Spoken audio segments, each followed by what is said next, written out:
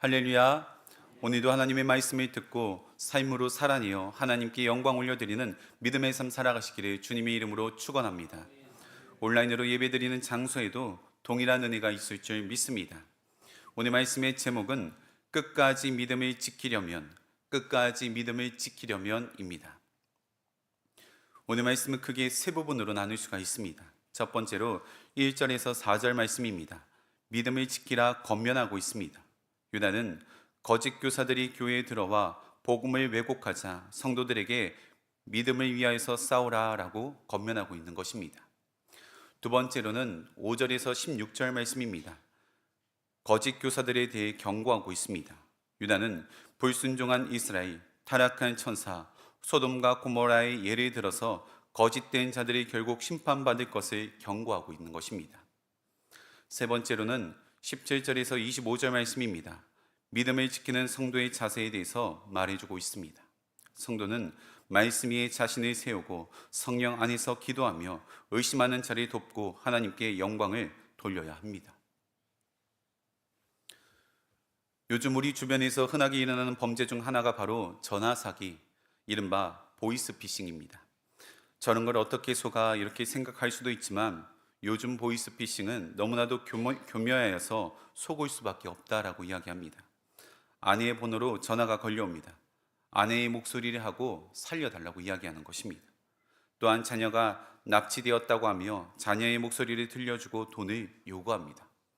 또한 요즘은 우체국입니다. 등기로 카드를 보냈으니 오늘 집에 계셔야 합니다. 이런 전화를 받습니다.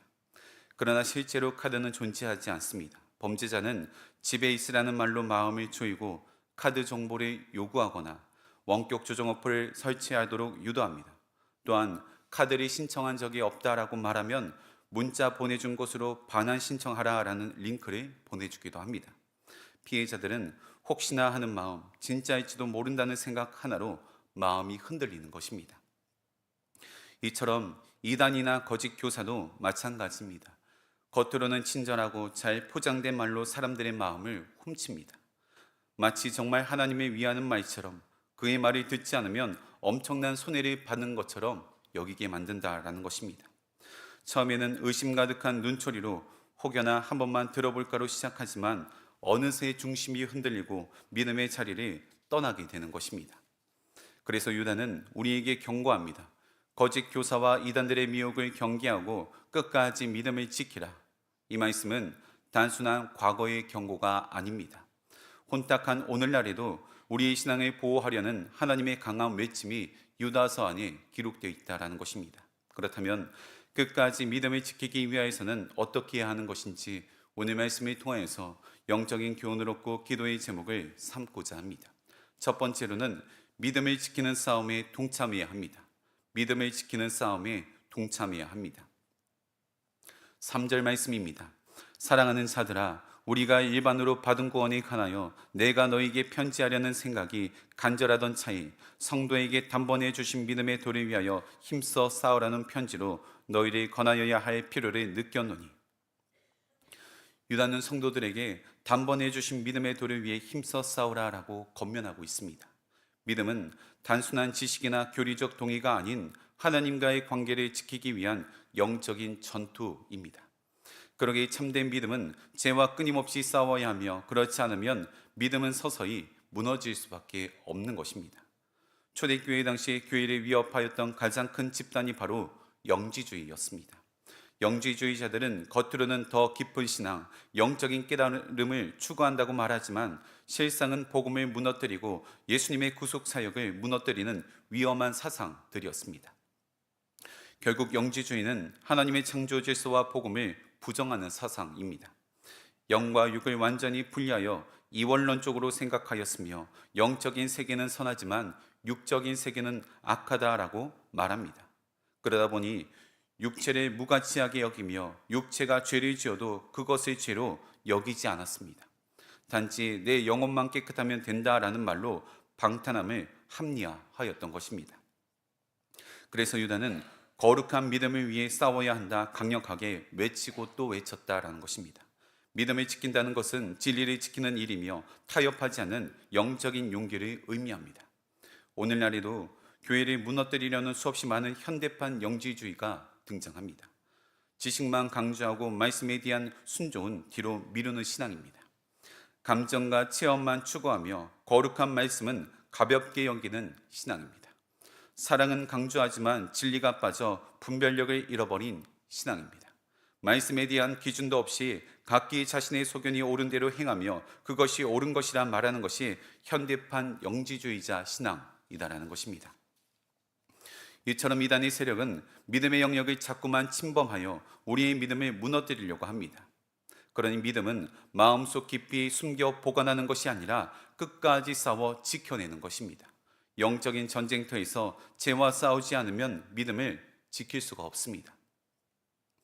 오랜 시간이 흘렀음에도 불구하고 우리 마음속에 잊혀지지 않는 사건들이 몇 가지 있습니다. 1995년 서초동의 상품백화점 붕괴 사건입니다. 그 당시 1,500명이 넘는 사람들이 있었고 502명의 목숨을 잃어버리는 대형 참사가 일어났습니다. 또한 1994년 성수대교가 무너지는 사고입니다. 다리 중앙이 붕괴되어 버스 및 차량이 추락하였고 32명의 사망자가 나타났습니다. 그런데 이 사고들은 결코 갑작스럽게 일어난 붕괴가 아니었습니다. 조사 결과 건물이 무너진 이유는 수많은 작은 타협들이 모여 엄청난 결과를 초래하였다는 것입니다.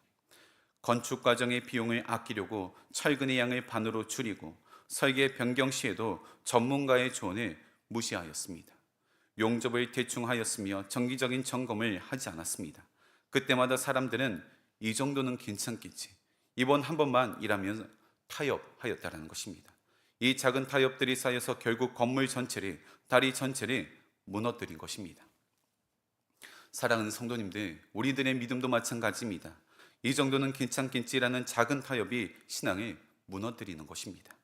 말씀에 대한 순종을 미루고 진리보다는 편안함을 선택할 때 믿음의 기초가 조금씩 금이 가기 시작하며 어느 순간 무너져 내릴 것입니다. 그러기에 유다는 말합니다. 성도에게 단번에 주신 믿음의 도를 위하여 힘써 싸우라. 믿음은 지켜야 할 싸움이며 절대로 타협하지 말아야 할 영역입니다. 작은 균열 하나가 거대한 건물을 무너뜨렸듯이 작은 불순종 하나가 우리의 믿음 전체를 무너뜨릴 수도 있는 것입니다. 바라기는 끝까지 믿음을 지켜서 세상의 모든 유혹과 싸워 승리하시기를, 특별히 이단과의 싸움에서 승리하는 저와 여러분 되시기를 간절히 축원합니다. 두 번째로는 믿음의 분명한 기준이 있어야 합니다. 믿음의 분명한 기준이 있어야 합니다. 4절 말씀입니다. 이는 가만히 들어온 사람 몇이 있음이라. 그들은 옛적부터 이 판결을 받기로 미리 기록된 자니 경건하지 아니하여 우리 하나님의 은혜를 도리어 방탄한 것으로 바꾸고 홀로 하나이신 주제 곧 우리 주 예수 그리스도를 부인하는 자니라. 유다는 당시 교회 안에 가만히 들어온 자들을 경고합니다. 그들은 입술로는 기독교인이란 말하지만 삶으로는 은혜를 핑계 삼아 방탄함을 합리화하였습니다. 이처럼 믿음의 기준이 모호해지면 교회는 세상의 가치와 뒤섞이게 됩니다. 우리 주변에도 하나님은 사랑이시니 죄를 지어도 괜찮다라는 왜곡된 복음이 얼마나 많은지 모릅니다. 믿음의 기준이 분명하지 않으면 결국 복음은 흐려지고 신앙의 힘은 잃게 됩니다. 그러기에 유다는 성도에게 단번에 주신 믿음의 돌을 붙잡으라라고 말하고 있는 것입니다.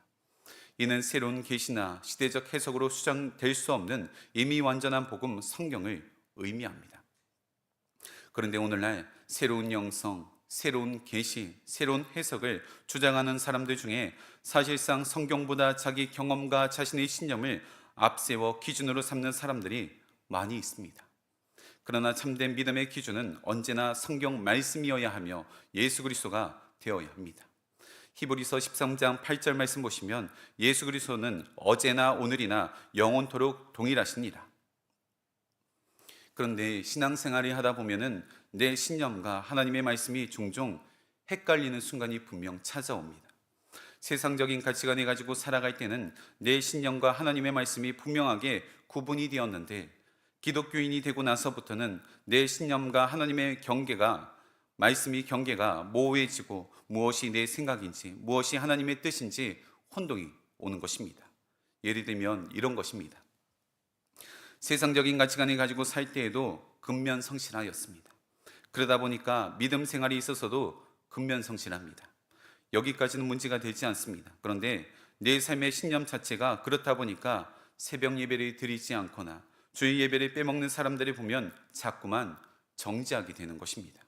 어떻게 하나님을 믿는다면서 하나님을 만나는 자리인 예배를 빼먹을 수 있는지, 하나님의 말씀인 성경을 읽지 않을 수가 있는지, 그 기준이 맞지 않는 사람들을 보면 답답하고 자꾸만 정지하게 되는 것입니다. 이런 경우 우리는 내 신념을 하나님의 말씀과 혼동하고 있는 것입니다. 즉, 근면성실이라는 내 신념이 곧 신앙의 기준인 것처럼 착각하게 되는 것입니다. 그러나 하나님께서 원하시는 기준은 내 기준이나 경험이 아니라 성경과 예수 그리스도입니다. 사실 예배를 드리는 것도, 성경 말씀을 가까이 하며 읽는 것도 하나님을 더 사랑하고 하나님 알기를 더 갈망하기 때문에 나오는 자연스러운 믿음의 모습들인 것입니다. 사랑하는 성도님들, 우리 삶의 분명한 기준은 말씀입니다. 내 신념, 내 기준, 내 경험이 성경의 말씀보다 앞서게 된다면 다른 사람을 정죄하거나 판단하게 되고, 그로 인해 교회와 주변 사람들에게 분열과 상처를 안겨줄 것입니다. 바라기는 내 신념, 내 기준, 내 경험을 내려놓고 오직 말씀만을 내 삶의 기준 삼아 날마다 믿음 가운데 걸어가시는 저와 여러분 되시기를 간절히 축원합니다. 세 번째로는 믿음을 지키며 하나님을 의지해야 합니다. 믿음을 지키며 하나님을 의지해야 합니다. 오늘 본문 24절과 25절입니다. 능히 너희를 보호하사 거침이 없게 하시고 너희로 그 영광 앞에 흠이 없이 기쁨으로 서게 하실 이 곧 우리 구주 홀로 하나이신 하나님께 우리 주 예수 그리스도로 말미암아 영광과 위엄과 권력과 권세가 영원 전부터 이제와 영원토록 있을지어다. 아멘.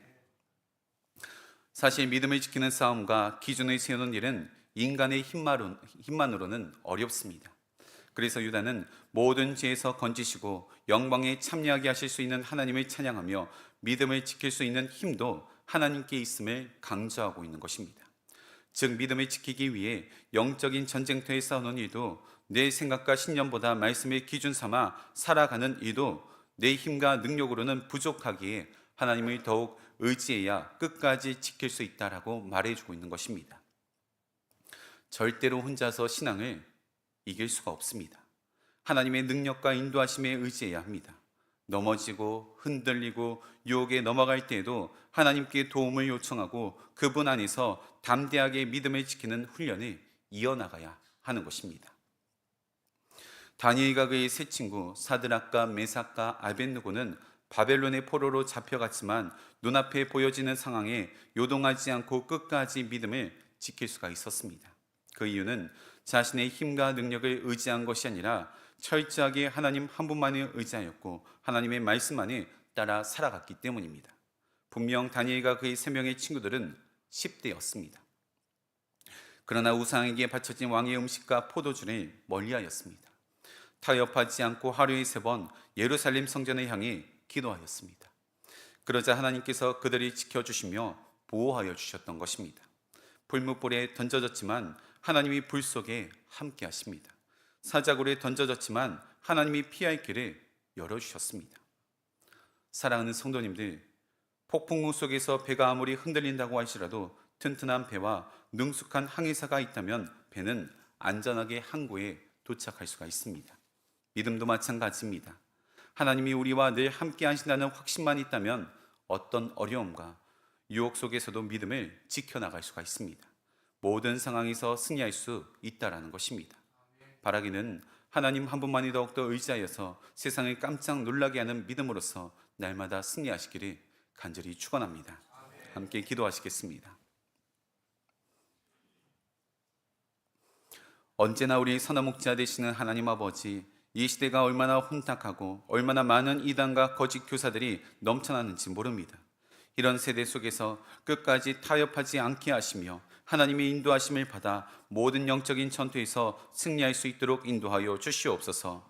성경 말씀에 근거하여 믿음의 분명한 기준을 세우게 하시며 하나님 한 분만을 의지하게 하여 주시옵소서. 이 시간 하나님 앞에 귀한 마음을 담아 11조와 1,000번째 여러 감사의 예물을 올려드립니다. 이 예물이 담긴 기도의 제목과 간절히 부르짖는 눈물의 기도 소리에 응답하여 주시며 하나님 나라를 위하여서 귀하게 쓰임받는 도구 되게 하여 주시옵소서. 우리 삶의 기준 되어 주시는 우리 주 예수 그리스도의 이름으로 기도하옵나이다. 아멘.